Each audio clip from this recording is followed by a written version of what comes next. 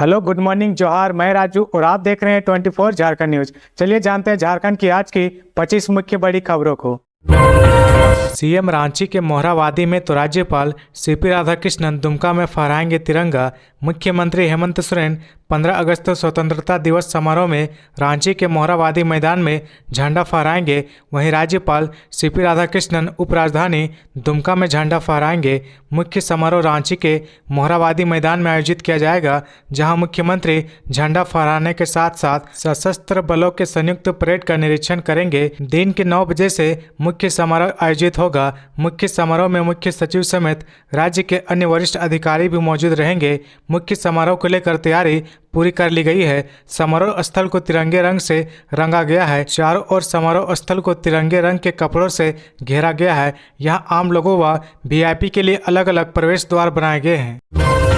138 civil जजों की होगी भर्ती। 21 अगस्त से भरे जाएंगे आवेदन। झारखंड न्यायिक सेवा के अंतर्गत 138 सिविल जजों की नियुक्ति की जाएगी। झारखंड लोक सेवा आयोग ने सोमवार को सिविल जज की नियुक्ति के लिए विज्ञापन निकाल दिया है। 21 अगस्त से इसके लिए ऑनलाइन आवेदन भरे जाएंगे। वहीं 21 सितंबर शाम 5 बजे तक अभ्यर्थी आवेदन कर सकेंगे। 27 सितंबर तक इसके लिए परीक्षा शुल्क जमा हो सकेगा। 138 पदों में 60 सामान्य वर्ग के लिए, 28 अनुसूचित जनजाति के लिए, 12 अनुसूचित जाति के लिए, 10 पिछड़ा वर्ग, 15 अत्यंत पिछड़ा वर्ग और 13 आर्थिक रूप से कमजोर वर्ग के लिए आरक्षित रखे गए हैं। 31 जनवरी 2023 से अभ्यर्थी की उम्र सीमा 22 साल से अधिकतम 35 साल होनी चाहिए। सामान्य वर्ग, पिछड़ा वर्ग, अत्यंत पिछड़ा वर्ग और आर्थिक रूप से कमजोर वर्ग के लिए 600 रुपये परीक्षा शुल्क निर्धारित किया गया है, जबकि अनुसूचित जनजाति व अनुसूचित जाति के लिए 150 रुपये परीक्षा शुल्क लगेंगे। प्रारंभिक परीक्षा, मुख्य परीक्षा और साक्षात्कार के आधार पर अभ्यर्थियों का चयन किया जाएगा। डुमरी उपचुनाव को लेकर जेएमएम नेताओं में दिखने लगी सरगर्मी। मंत्री बेबी देवी को जिताने के लिए क्या है रणनीति? 5 सितंबर को होने वाले डुमरी विधानसभा उपचुनाव को लेकर धनबाद के झामुमो नेताओं में भी गर्मजोशी दिखने लगी है। झामुमो धनबाद जिला कमेटी भी नामांकन से लेकर चुनाव के दिन तक डुमरी विधानसभा के विभिन्न क्षेत्रों में सक्रिय रहेंगी। अलग अलग फेज में धनबाद के नेताओं का कुनबा डुमरी विधानसभा में पार्टी के प्रत्याशी बेबी देवी को जीत दिलाने के लिए कमर कसेंगे। झामुमो जिला अध्यक्ष लक्की सोरेन ने बताया कि 17 अगस्त को मंत्री बेबी देवी नामांकन करेंगे। इसमें धनबाद जिला कमेटी के सभी पदाधिकारियों के अलावा धनबाद से बड़ी संख्या में सभी विंग के नेता और कार्यकर्ता भी शामिल होंगे। नामांकन के बाद धनबाद के नेताओं का डुमरी में दौरा शुरू हो जाएगा। बेबी देवी के पक्ष में डोर टू डोर प्रचार किया जाएगा। वहीं अलग अलग ग्रुप बनाकर झामुमो नेता अलग अलग तिथि में डुमरी विधानसभा के सभी क्षेत्रों में अभियान चलाएंगे। उन्होंने कहा कि पूर्व मंत्री जगन्नाथ महतो ने क्षेत्र में बहुत से विकास कार्य किए हैं, इसका लाभ बेबी देवी को मिलेगा। आगे बढ़ने से पहले अगर अभी तक आपने इस चैनल को सब्सक्राइब नहीं किया तो प्लीज सब्सक्राइब कर ले, जिससे आपको झारखंड की हर छोटी सी बड़ी खबर की अपडेट आप तक पहुंचता रहे। ईडी ऑफिस नहीं पहुंचे सीएम हेमंत सोरेन। जारी समन को लेकर अधिकारियों को सौंपा गया सीलबंद लिफाफा। मुख्यमंत्री हेमंत सोरेन सोमवार 14 अगस्त 2023 को प्रवर्तन निदेशालय ईडी के रांची स्थित क्षेत्रीय कार्यालय नहीं पहुंचे। ईडी ने पिछले दिनों पूछताछ के लिए समन भेजा था। इसके आलोक में सीएम सचिवालय से डाक लेकर एक कर्मी ईडी ऑफिस पहुंचा।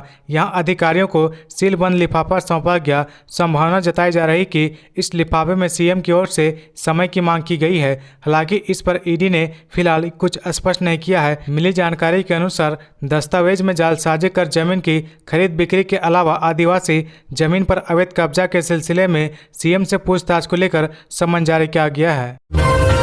आधार कार्ड लिंक करवाने व सरकारी राशि दिलाने के नाम पर करता था ठगी। साइबर अपराधी चढ़ा पुलिस के हत्थे। गिरिडीह में साइबर अपराध पर अंकुश लगाने के उद्देश्य से गिरिडीह एसपी दीपक कुमार शर्मा के निर्देश पर चलाए जा रहे छापेमारी अभियान में पुलिस को एक बार फिर सफलता मिली है। सदर एसडीपीओ अनिल कुमार सिंह के नेतृत्व में गठित टीम ने रविवार की शाम को ताराटांड़ थाना इलाके के जबरदा स्थित कंधिया टांड़ जंगल में छापेमारी कर एक शातिर साइबर अपराधी को गिरफ्तार किया है। इसके पास से आईफोन समेत 5 मोबाइल बरामद किए गए हैं। इस आशय की जानकारी एसडीपीओ ने सोमवार को बरवाडीह स्थित अपने कार्यालय में प्रेस वार्ता के दौरान दी है। साइबर अपराधी बसंत कुमार मंडल ने पूछताछ में कबूल किया है कि आधार कार्ड लिंक कराने, लॉटरी के नाम पर और सरकारी राशि दिलाने का प्रलोभन देकर ठगी करने का काम करता था। एसडीपीओ ने बताया कि बसंत से पूछताछ के बाद कई अहम जानकारियां हासिल हुई है और 15 अगस्त के बाद बड़े पैमाने पर छापेमारी अभियान चलाकर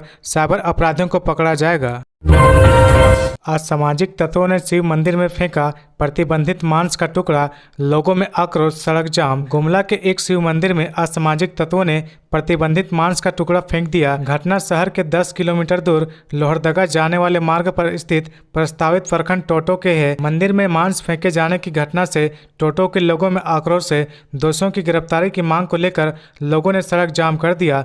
घटना की सूचना पर गुमला के कई अधिकारी व पुलिस फोर्स गाँव पहुँच गई। बताया जा रहा है कि थाना प्रभारी मनोज कुमार ने खुद मंदिर में फेंके गए मांस के टुकड़े को साफ किया और मंदिर को धोया ताकि लोगों में तनाव ना हो, परंतु आक्रोशित लोगों ने आरोपियों की गिरफ्तारी की मांग को लेकर गुमला और रांची मार्ग को जाम कर दिया। पुलिस के खिलाफ लोग नारेबाजी कर रहे थे। सड़क के बीच में बैरिकेडिंग लगा दी गई। इधर गुमला थाना प्रभारी मनोज कुमार लोगों को समझाने का प्रयास कर रहे हैं, लेकिन आक्रोशित लोग पुलिस की बात नहीं सुन रहे और सड़क पर खड़ा होकर लगातार नारेबाजी कर रहे हैं।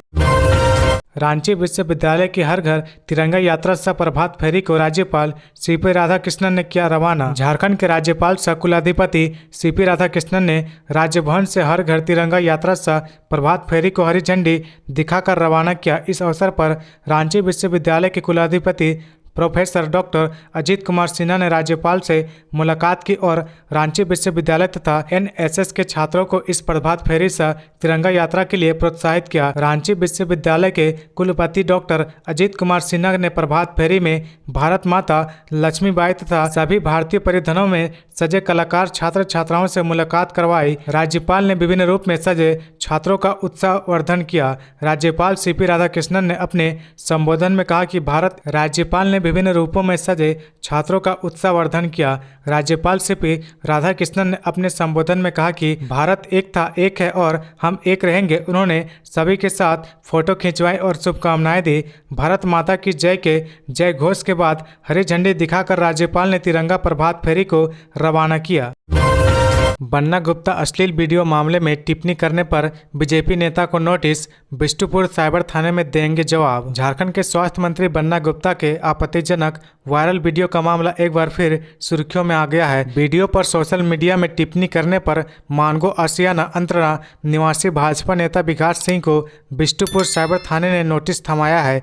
नोटिस में 16 अगस्त की सुबह 11 बजे साइबर थाना में पहचान पत्र के साथ उपस्थित होने और मोबाइल लेकर आने को कहा गया है। नोटिस थाने के दरोगा दीपक कुमार ने भेजा है। मिली जानकारी के अनुसार आपत्तिजनक वायरल वीडियो मामले में झारखंड सरकार में मंत्री बन्ना गुप्ता की शिकायत पर अज्ञात के खिलाफ साइबर थाने में 23 अप्रैल 2023 को प्राथमिकी दर्ज की गई थी। अब तक मामले की वास्तविकता सामने नहीं आई है। जेएससीए में लगेगी अमिताभ चौधरी की प्रतिमा, बेटे अभिषेक ने भेजा लीगल नोटिस। कहा किसके कहने पर स्टैचू लगाने की हो रही प्लानिंग। जेएससीए परिसर में दिवंगत अमिताभ चौधरी की गोल्ड मार्बल की भव्य प्रतिमा लगाए जाने का उनके परिवार वालों ने कड़ा विरोध किया है। जेएससीए की इस प्लानिंग को लेकर दिवंगत अमिताभ चौधरी के बेटे अभिषेक चौधरी ने लीगल नोटिस भेजी है। उन्होंने लीगल नोटिस में जेएससीए सेक्रेटरी को भेजी है। लीगल नोटिस में कड़ी आपत्ति जताते हुए कई सवाल भी खड़े किए गए हैं। वहीं दिवंगत अमिताभ चौधरी के बेटे अभिषेक चौधरी ने जेएससीए को 7 दिनों के भीतर जवाब देने को कहा है। दिवंगत अमिताभ चौधरी के बेटे अभिषेक चौधरी ने कहा कि आखिर किसके कहने पर स्टैचू लगाने की प्लानिंग हो रही है। उन्होंने कहा कि मेरे पिता इस तरह के आडंबर से हमेशा दूर रहे हैं। जीवित रहते हुए उन्होंने इस तरह के माही मानदंड का विरोध किया है। अभिषेक चौधरी ने कहा कि अगर जेएससीए को वास्तव में उनके पिता को सम्मान देना था तो वे कई और तरीके अपना सकते थे। उन्होंने कहा कि मुझे जो जानकारी है उसके मुताबिक इस तरह की प्रतिमा बनाने में 2 करोड़ रुपए खर्च होने हैं। रांची में स्वतंत्रता दिवस की तैयारी पूरी। मोहरावादी में सीएम हेमंत सोरेन सुबह 9:05 में फहराएंगे तिरंगा। वीआईपी से लेकर आम लोगों तक के लिए बना है पंडाल। राजधानी रांची के ऐतिहासिक मोहरावादी मैदान में मंगलवार को सीएम हेमंत सोरेन झंडोत्तोलन करेंगे। इसकी तैयारी पूरी कर ली गई है। मोहरावादी मैदान में इसके लिए विशेष पंडाल बनाया गया है। मुख्य मंच के दोनों ओर अधिकारियों और विशिष्ट अतिथियों के लिए अलग अलग पंडाल बनाया गया है। वहीं मुख्य मैदान के दोनों ओर सीढ़ीनुमा पंडाल बनाया गया है। मुख्यमंत्री सुबह 9:05 में तिरंगा फहराएंगे। इसके बाद मंच से राज्य की जनता को संबोधित भी करेंगे। इस दौरान राज्य, केंद्र और यूपी पुलिस बल की ओर से परेड भी किया जाएगा। झंडा तोलन कार्यक्रम के बाद जनता के नाम संदेश होगा। वहीं राज्य सरकार के द्वारा उत्कृष्ट सेवा के लिए पुलिस पदाधिकारियों को सम्मानित भी किया जाएगा। मोहरावादी मैदान के बाद मुख्यमंत्री हेमंत सोरेन शहीद चौक स्थित शहीद स्मारक जाकर झंडोत्तोलन कार्यक्रम में भाग लेंगे। इसे लेकर राजधानी में सुरक्षा के पुख्ता इंतजाम किए गए हैं। 2 सालों से फ्लाईओवर का इंतजार कर रहे ग्रामीण सोनडीह में नहीं हो सका निर्माण। 2 साल पहले टेंडर निकलने के बावजूद सोनडीहा में फ्लाईओवर का निर्माण शुरू नहीं हो सका है। रामगढ़ को बोकारो जिले से जोड़ने वाले मुख्य पथ सोनडीहा रेलवे फाटक पर घंटों जाम लगा रहता है। घंटों सोनडीहा रेलवे फाटक के बंद रहने के कारण सोनडीहा, बड़गांव, नवाडी और सारूबेड़ा पंचायत की एक बड़ी आबादी वर्षों से प्रभावित होती आ रही है। साथ ही राहगीर, स्कूली बच्चे, किसान, मरीज, एम्बुलेंस सहित सैकड़ों वाहनों को रोज जाम में फंसना पड़ता है। सोनडीहा के ग्रामीण उमेश कुमार ने बताया कि आपातकाल की स्थिति में पीड़ित मरीज को समय पर अस्पताल पहुंचाने में काफी परेशानी होती है। कुछ बाइक चालक तो जान हथेली में डालकर फाटक के नीचे से बाइक पार कर निकल जाते हैं। पूर्वी सिंहभूम में 7 साल में भी मॉडल नहीं बन पाए सरकारी स्कूल, नए भवनों में पड़ने लगी दरार। सरकारी स्कूल के बच्चे अंग्रेजी माध्यम में पढ़े, उन्हें हर तरह की सुख सुविधा प्राप्त हो, निजी स्कूलों की तरह उनका प्रदर्शन बेहतर हो, इन सब बिंदुओं को ध्यान में रखकर मॉडल स्कूल की कल्पना की गई थी।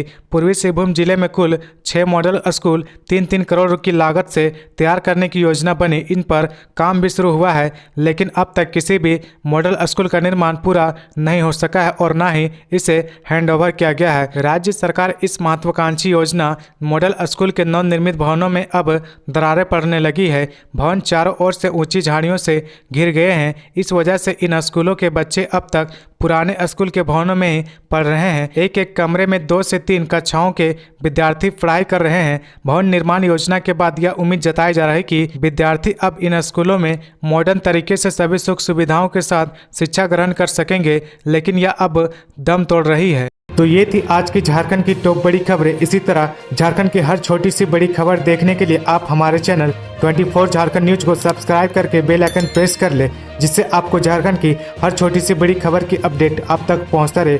तो आज के लिए बस इतना ही। हमें दीजिए इजाजत, फिर मिलते हैं नेक्स्ट न्यूज में।